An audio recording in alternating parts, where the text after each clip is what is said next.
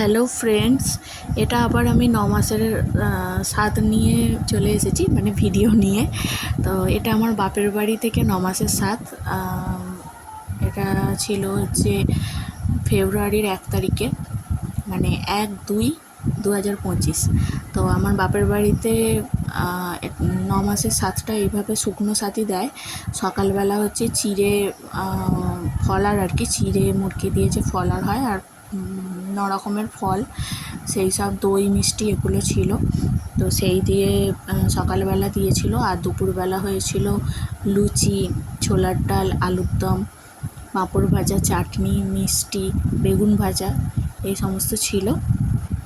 এই দিনকেও আমার মা আর আমার কর্তা মিলে আর কি রান্না করেছে। ছোলার ডালটা আমার মা করেছিল, আর হচ্ছে আলুর দমটা আমার কর্তামশাই করেছিল। তো ভীষণ দারুণ, মানে সুন্দর খেতে হয়েছিল। আর এটা হচ্ছে আমার ছোটো ননদ, এর সাথে আমি একটু সেলফি তুলেছিলাম। আর এটা হচ্ছে আমার বরমশাই, এনার সাথেও সেলফি তুলেছি। এই দিনকে আমার শরীরটা খুবই খারাপ ছিল, সেই জন্য এই 9 মাসের, মানে বাপের বাড়ি থেকে 9 মাসের স্বাদের দিনের কোনো ভিডিও আমি করতে পারিনি। জাস্ট কিছু ছবি তোলা ছিল, সেগুলোই তোমাদের সাথে শেয়ার করলাম। ভিডিওটা ভালো লাগলে লাইক কমেন্ট করে দিও। আজকের মতো টাটা।